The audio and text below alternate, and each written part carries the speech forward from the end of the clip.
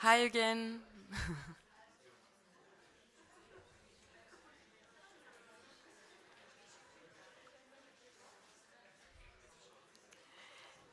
So I will now introduce our third speaker of the day.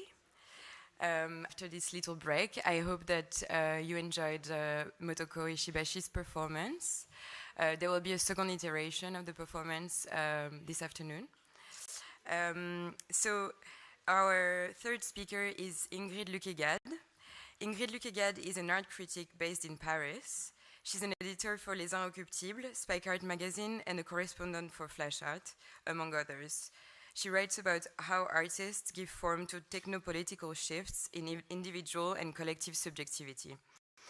As a PhD candidate at Université 1 Panthéon-Sorbonne and Paris 8 Vincennes-Saint-Denis, her research centers on artistic autonomy strategies during the 2010 decade. Welcome, Ingrid.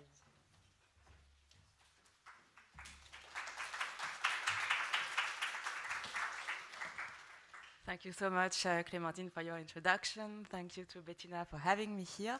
And thank you all to be here present today.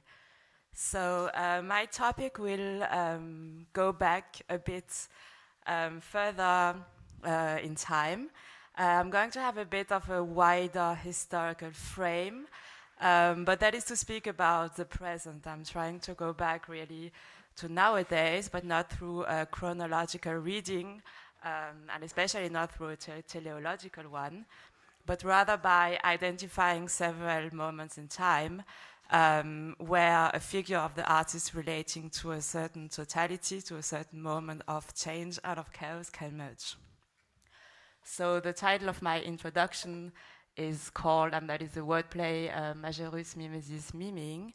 But actually I wanted to speak about, first of all, the perils of having a too historical approach of newness, and then second, to see maybe how some recursive strategies have occurred over time.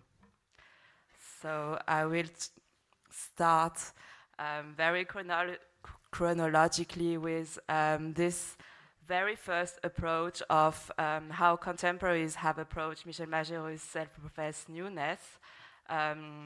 As a newness has been a characteristic often taken up by commentators at the time of Majerus' life. A telling example is a 1997 portrait by Daniel Birnbaum in Frieze magazine titled The Power of Now. This was only 1 year after the breakthrough show at the 1996 at Kunsthalle Basel. So it was also an article that was to become time-giving. The first sentence is starting and setting the tone. For Michel Majerus, art history is over. All images that have ever existed appear to be represented in his work simultaneously, on an infinitely rich and hospitable present. Another entry point would be the notes of the artist himself that have been compiled through his sketchbook in the publication Notizen by Brigitte Franzen. And relating to nowness, one finds several entries. The first would be, what is it about these times that makes them so representative in 1995? Or all paintings that have been painted anew. When I say all paintings, then I mean all those paintings we know and we no longer want to see because they've had their day. You can't drink milk all the time, it turns sour sometime too. And this was also in 1995.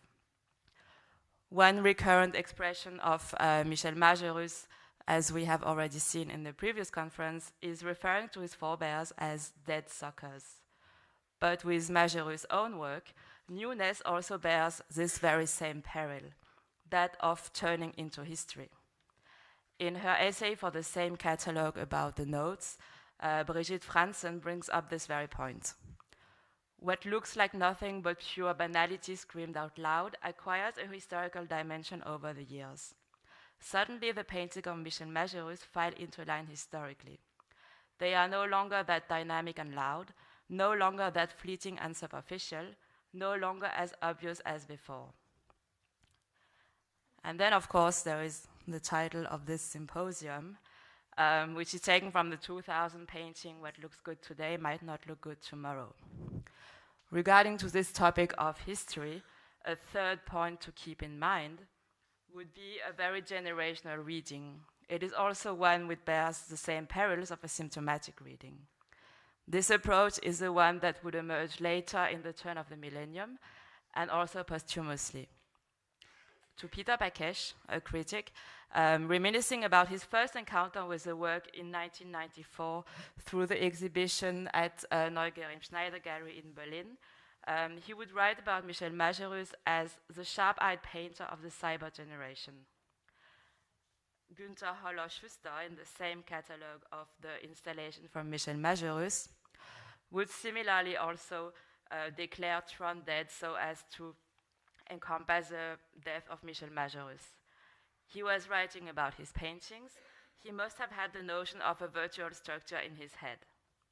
And in 2006, the same Daniel Birnbaum, writing posthumously again in Art Forum, also chose to embrace this later reading.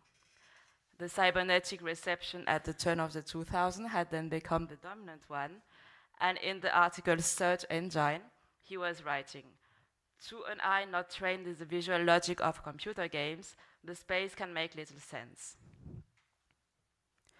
But is it then possible today, with our eyes and minds now trained to encompass this cybernetic logic, to experience the same overwhelming disorientation when faced with the works?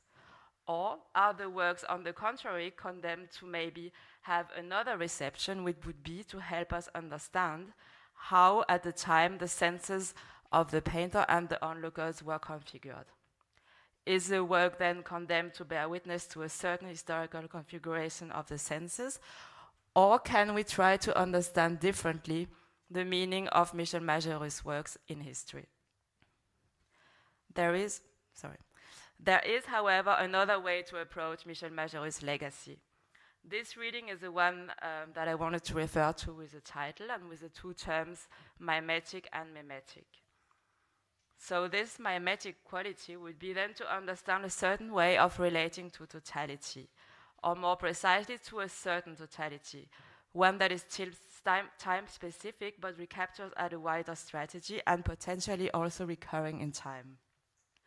This alternative strand is already present in the early readings of Majerus, but is only mentioned fleetingly.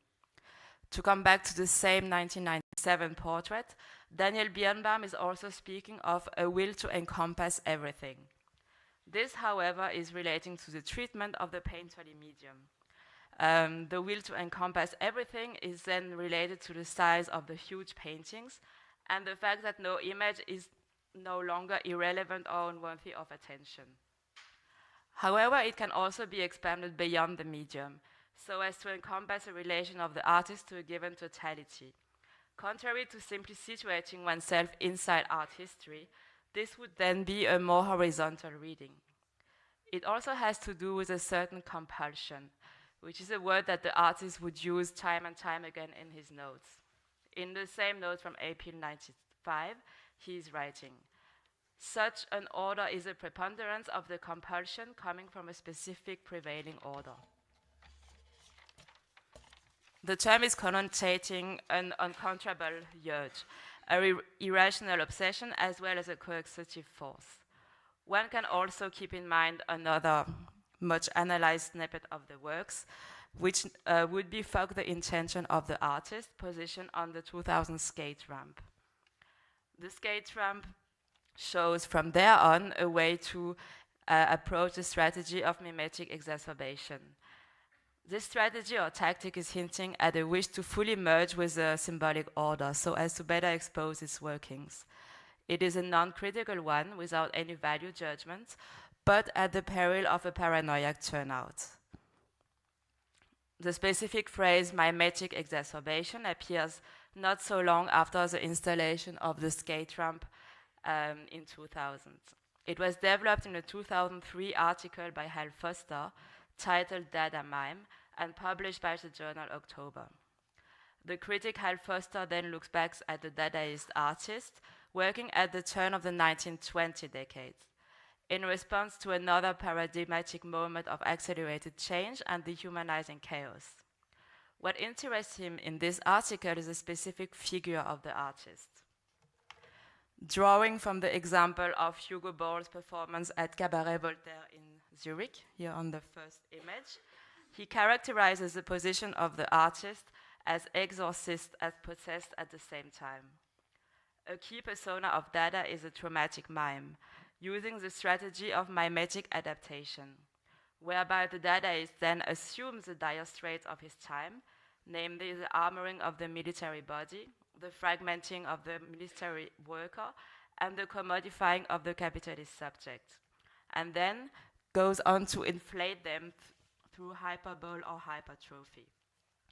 Accordingly, the Dadaist is not giving up on totality, but embracing it to the peril of their own persona and sanity. He is still so convinced of the unity of all beings, of the totality of all things, that he suffers from the dissonance to the point of self-disintegration. It is a dangerous game where there is no sublimation nor catharsis at the end of the process. It is also uncertain in its effect, as it's assuming a position of a critique that flaunts its own fragility. At the very end of the article, then Foster is also suggesting a way to enlarge this position and maybe expand it to a post-war artist like Andy Warhol, which would be a version of this figure refitted to consumer society. There are several clues in Michel Majerus' work that would corroborate this take. As early as 1998, one of the two works installed for Manifesta 2 in Luxembourg already indicated that paranoia is a trait of fine arts. But to look like a detective for the small clues in the work would be to miss the point. The idea is much rather that of a total chaos that demands to be left as such, left as a chaotic moment, left as a totality, and then maybe that would be best exemplified by the skate ramp, which we have already seen. The point of the skate ramp then is not so much to be a large painting, it is not so much the size, than the fact that it has a convex surface. To see the painting, one has to enter it, to be lost in it, and to walk over it or skate it. In short, this is already to subject oneself to a feeling of totality, of being engulfed in a whole, and this in turn produces, rather than only reproduces, represents or abstracts, a dizzying and decentered totality. It is not a coincidence that this ramp would appear in the later part of Michel Majerus' production at the turn of the decade. In 2000, it was not only that the painter's own production has changed, deepened or expanded, but it was more fundamentally that the conditions of the time and the settings of the totality it was relating to had changed. The same year, in 2000 as well, Michael Hart and Anthony Negri published their very influential essay, Empire. Empire was a theorization of a new world order, which was breaching with the older imperialist modernism and now enveloping the globalized supranational world. The new order envelopes the entire space of civilization, meaning that from now on, any response, involvement, or attempt to push against it can only occur from inside and against empire. In their recent 2019 article published by New Left Review, they are commemorating the 20 years of its publication and writing. The fact that no nation state is able to fill the hegemonic role of the emerging global order is not a diagnosis of chaos and disorder, but rather it reveals the emergence of a new global power and structure, and indeed a new form of sovereignty. The legacy of Michel Majerus is also one that can be read with a timely conscience of having to work from the inside of a new scale and of a new reality. Such a way of situating oneself horizontally in relation to the totality would then start with the Dadaists to echo Michel Majerus, but also encompass another iteration in time.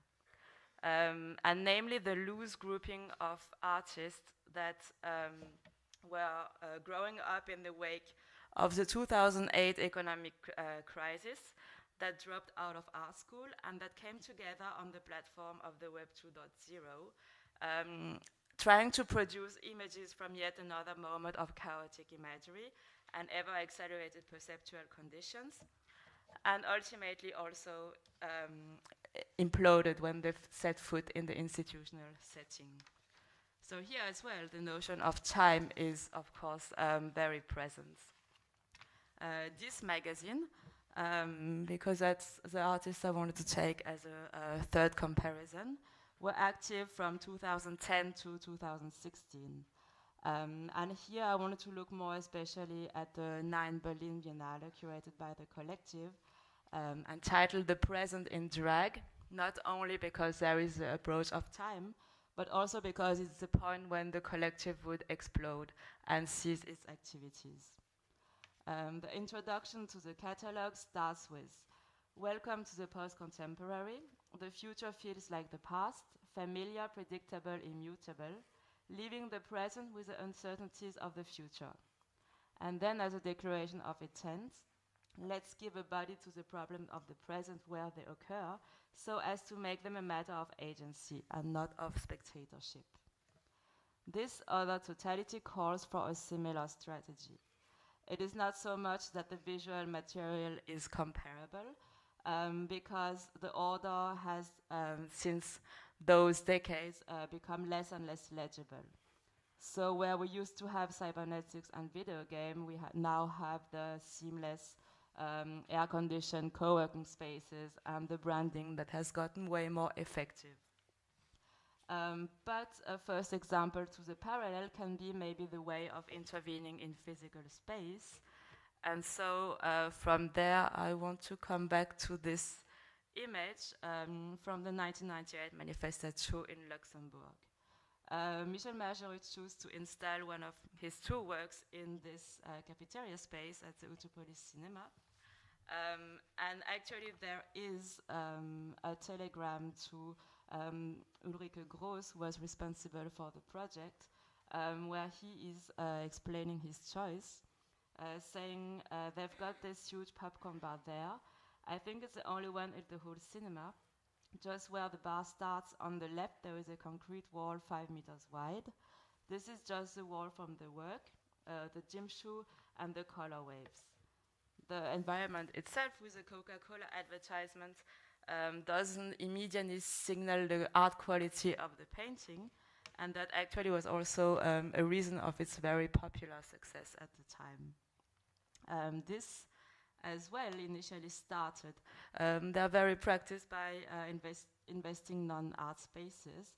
And here it is a view from the 2014 show they produced called Disown, Not for Everyone, taking place in spring of 2014.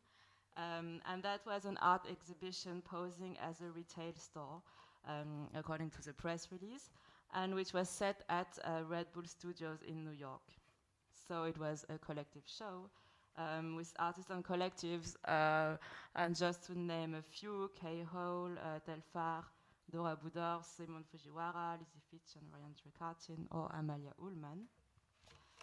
So here, instead of the gossip magazines such as Bravo or the Disney movies such as Tron, we now had IKEA bags, IKEA laundry bags with the Dis logo or with stock photography collaged on it.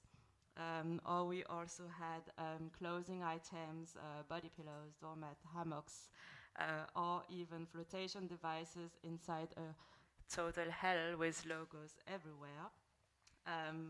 But this to them was a way specifically of showing also the structural condition they were working against, in the sense that they wanted the collective to produce aura without the hypocrisy, since any museum as well was permeated by this very commercial logic. At the Berlin Biennale, it's a bit of a different approach, since this was already a biennale, so already an institution space. And there were, however, several examples of those environments. And to keep in tone with the cafeteria space, I wanted to choose the juice bar from Deborah Delmar Corp called Mint, and installed in 2016 at the Akademie der Künste for the Berlin Biennale. This also was mining the iconography of all the health-driven and very exploitative lifestyle, but it was also a function in bars, so taking place inside institutional space and selling green juice. The similar strategy of exposing certain structural workings by mimesis is at play, because the name itself is an acronym of Mexico, Indonesia, Nigeria, and Turkey, which were the fruit exporting markets at the time that, of course, didn't receive as much in return as the countries, the developed countries, which were branding and then selling the juices. Reportedly, Majerus' two works at Manifesta had a very different reception between both. The first one, the one with a tennis shoe, was an instant success with the art world. The other one, however, with the more classical setup like this, was received as a relative disappointment, and this one was the one which was set in the building of the Manifesta itself. But then for the 9 Berlin Biennale, the reception was very different. I wanted to take this example of a much quoted article in The Guardian by Jason Farago titled "Welcome to LOL House, How Berlin's Biennale Became a Slick Sarcastic Joke," and which is mentioning among the incriminating evidence the juice bar we have just seen, or also the selfie up work at the entrance of the KW building in Berlin. What is very interesting is that this article is precisely leading its charge in the name of newness. At the very least, they write, no one seems to have read an art history textbook. There is a century of precedents for artistic intercession into mass culture that undermine the fetishized newness paraded here. The author then compares the Biennale to historical precedents that to him, on the contrary, had been very successful. So he's naming Dada once again, or Marcel Duchamp, which had already turned himself into a corporation with the Monte Carlo bond in 1924. But also, interestingly, a 90s collective called Art Club 2000, who was staging mock fashion shows with Gap clothing. So something very interesting is happening here, because what is it really that makes the strategy of the Biennale and of this magazine so different in its similar fusion with a consumerist totality? What is it that makes its reception so opposite? What is it that has shifted so that one would perceive those strategies so differently as to write, for them, art is hopelessly tainted by commerce and the past is for suckers.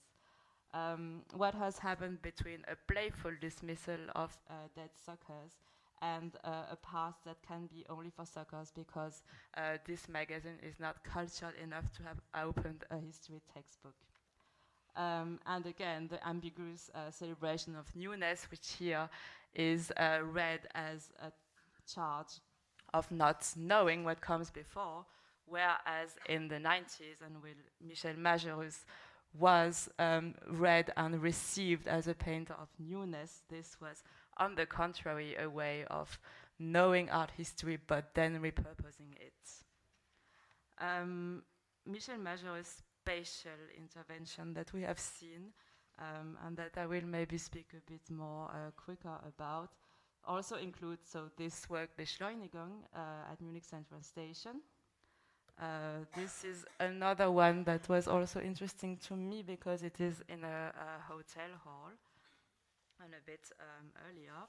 And then also the Social Palace that we have seen, but then also the television, accidental television footage on CNN.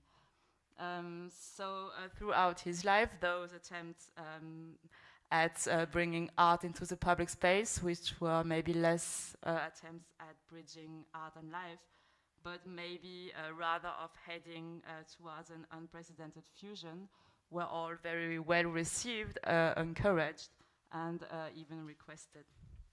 I am speaking about an unprecedented fusion because this is the word that is used by Chus Martinez in her essay, The Complex Answer for the Catalogue of the Ninth Berlin Biennale again. And she is writing, "It is known that we need to collapse the core premises of aesthetics, the distance that separates art from institutions, viewers, and the artists themselves. However, this implies a nearness or unprecedented fusion of substances having remained apart for so long that it would demand new organs. That is, a whole theory of relevance of senses in an epistemology to come." So this, again, is further dismantling a chronological reading of new organs. Because by then, by 2016, we would have fully have the time to develop new organs since the 90s. So what separates both moments has then less to do with the relation to totality, rather than to its institutions. With Majerus, the act of remixing content or translating it back to art history extends to institutions. Because similarly, institutions are not fully dismissed, as his interventions in public space or in commercial spaces are always framed by a certain context. And that would be Manifesta, for instance, or Open Art Munich. So they are enacted as a sidestep and intervening in parallel also between real shows. However, with this magazine, it is another paradigm. The conditions that they are responding to have hardened. The phase in institution is then at its lowest, and in the wake of the economic crash of 2008 and the post-Occupy Wall Street years, this nebula has worked from the outside at first and sought autonomy from any artistic institution. So a last entry point would then concern an ultra-contemporary approach of totality, and that would be this time the meme. Majerus was aspiring to an art aimed lower but wider, but this was still aimed at art history, because the face in the present was still strong at his time. So with the Dadaists as well as Majerus, they were living in moments of tremendous change, but it was still a change and not a stasis. Even the Dadaists sometimes changing not for the better, but still mutating and accelerating. So there was still something that could be repurposed, whereas afterwards it became a moment of stillness. Majerus' production period was encapsulated, as we have already seen, between the birth of the internet in 1996 and the advent of a globalized world order. But after him and after the 2016 Berlin Biennale, this would coincide with a moment that was to become riddled by crisis, debt, and art for the 1%. To go even further, this means that the recurrence of the mimetic exacerbation tactic might have come to an end in 2016 with the Berlin Biennale. This also was more profoundly a way of highlighting a certain hypocrisy that then was going to come to its fullest expression. In an Art Forum article, Christopher Glasek, for instance, is writing, large corporations underwrite museums' exhibition all the time. The difference with this was that they highlight here Red Bull's involvement instead of conceiving it. And with the Biennale, it was also a retrospective that was a performative ending, as the platform was closed in the following months. So if history returns, then as we know, first as farce, but maybe then as a meme. And in his 2019 book, Can the Left Learn to Meme, Mike Watson, who is a philosopher who has worked a lot of Adorno, is also diagnosing the lack of utopian vision of the very current generation due to a collapse of the avant-gardist dream of democratizing creativity. But he still has a hope in an attempt to match the madness of our media world, either through interaction with its absurdity or by temporarily staving off a safe and wholly fabricated space within it. Except that in his approach, which is very still comparable to Dadaism and later iterations, the art world now has been totally cut out of the equation. And this also means any artistic production that would try to put back inside the museum, inside art history, the aesthetics of what is emerging online. For him, the trouble is that the art world has become inextricably linked with finance, while remaining as culturally elitist as it always was. So for him, it is not that there can't be any freedom, agency or creativity within that very same shared mediatic sphere of experience. It is not that there can't be any user-friendly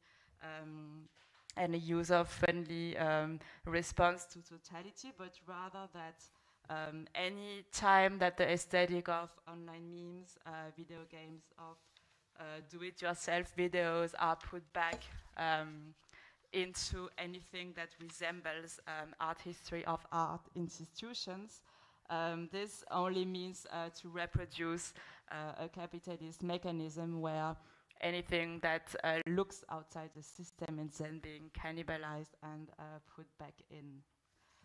So therefore, to Mike Watson still, art is today perhaps the most archaic metagenre in existence, and yeah, even when art appropriates these aesthetics. So I think to look back at Michel Majerus' work in the way that they relate to a certain totality, and in the way as they enact a certain strategy, it is also to a way of learning from his work accuracy. 20 years later, it is very probable that the tactics that he was employing would miss the point, because the time has changed and he's not responding to those same coordinates. But at the same time, Michel Majerus was not prescient, and his work did not, by any higher consciousness, anticipate the recent or present technomediatic condition. And I think that's maybe a big peril of wanting to put back his work in a post-internet genealogy. But I think to say that he was responding very specifically to his own conditions is also a tribute to the work's accuracy and to a certain perceiving body's discernment. It is also a testimony to how an individual voice can emerge in a playful interaction with a mesh of common denominators, which are both at the same time restricting a subject, but also a way for him or her to push back. And that's it. Thanks. Thank you, Ingrid. So yeah, as you demonstrated, like first through this slide, and also when you quoted this the statement from the DIS Berlin Biennale, it seems that we're a bit stuck in a moment, like we're experiencing a kind of stasis that has been like widely discussed also by Mark Fisher. And as contrast to that, it seems that Majerus was living in a time of drastic change, but also of excitement and of playfulness, maybe. And I was wondering, and I was very interested in the way you contrasted the aesthetics of the end of the 90s when Majerus was active, and his aesthetics. So using like Disney characters, comics, etc. How you contrasted it with the very sleek aesthetics, for instance, of this. I was wondering if you could expand a bit more on these like aesthetic tendencies that are 20 or 30 years apart. Yeah, well, I think the main point also that maybe I didn't get enough across was this idea of paranoia. And that is also why I wanted to go back to Dadaism, so that it wouldn't seem like history is progressing on a one-way line. So I think what is different, however, with now relating, as opposed to Dadaism, to the 90s and even to the early 2010, is the fact that now we can't feel any change. And what I wanted to prove in their works is that even when there is a change, and even when the speed is maybe going too quick for the human to take a step back and represent, there is a certain figure of the artist who wants to show not so much how you represent it, but how you can make the viewer feel those settings, and which is also a way of, I like this expression of new organs, but it's also a way of helping, I think, the viewer to grow new organs, not through the artwork, because that is another sphere of experience, but also as a way to then become more conscious of what you are actually experiencing in your real life. And for me, it is a very critical strategy, in a way of a political one, to educate people to be more in touch with their senses, so that they can have a critical reflection when they go out again after. Thanks. Any question in the audience? No? I found that super interesting. Thank you so much for your talk. And this Mark Fisher, just seeing Mark Fisher's name makes me think about his famous quote that it's easier to think of or imagine the end of the world than the end of capitalism. And I think that, you know, I spent a lot of time with the Dis Biennial and thought a lot through it, because it was so poorly received, indeed, in Berlin, and they're actually quite positively received in New York. And I came to realize that the kind of aesthetic strategy of Dis and a lot of the artists surrounding Dis and that were in the Berlin Biennale was one of kind of thinking through the commodity object and thinking through alienation and using that as a strategy, a critical strategy. And that echoes this idea from Mark Fisher of like, how do you actually, like at this late stage in capitalism, how do you actually not necessarily work against it, because that's just, you know, not going to work, but actually work through it. And I think that that was very, very badly received in Berlin, because there is this really vibrant, important history of resisting capitalism, resisting gentrification. There's a vibrant street culture of protest. You know, many, many buildings have been saved from demolition because of the squatters in various neighborhoods. And so I think it was interesting to see that kind of culture clash happening. And I'd never thought about that before in terms of Majerus's work and where he exactly fits into that, and his kind of approach to maybe a criticality in terms of how he's thinking through his relationship to capitalism and mass. And I was wondering if you could just share some thoughts on that, like the context of Berlin, and you know, I don't even know if you know this, but like how he was received in that way, in terms of like this kind of idea that Berliners have a very, very critical relationship to, you know, commodity culture and capitalism, and he was so much embracing it. Well, from what I've seen in all the, because I looked a lot on the reception actually also, exactly because of what you were saying, because we haven't known him.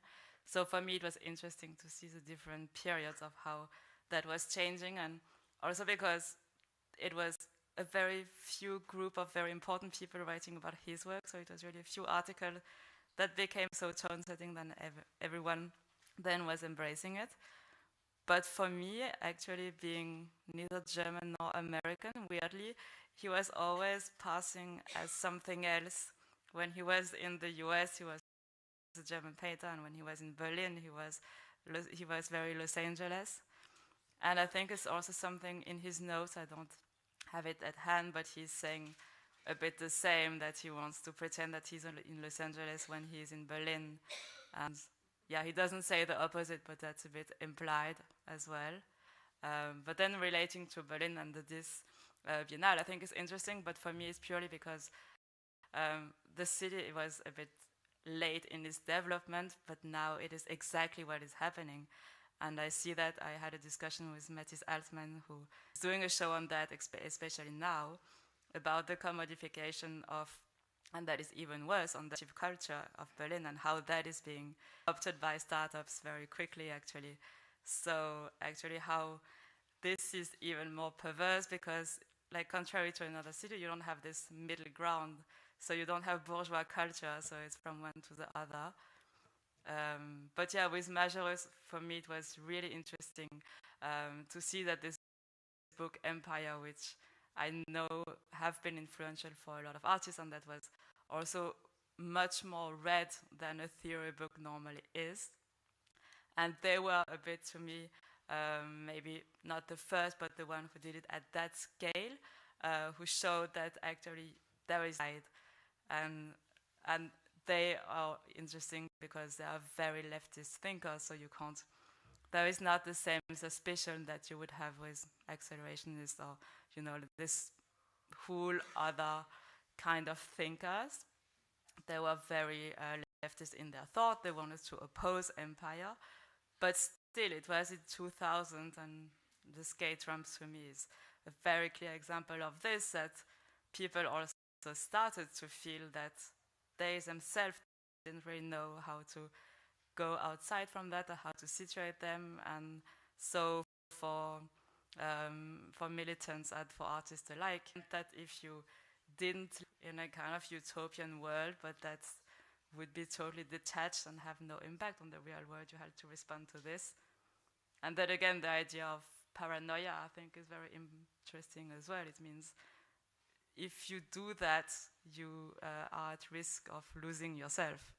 And that always happens, but it's where the strength is lying as well. Thank you. Thanks. Any other question? No. Okay, thank you so much, Ingrid.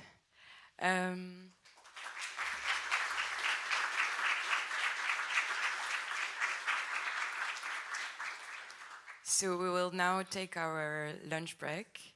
I would suggest that we come back at 2:15 if possible. We're a bit late on schedule, but we still have 2 talks this afternoon, 1 talk and 1 lecture performance, and the day will end on the panel discussion. So I see you at 1:15. Thanks.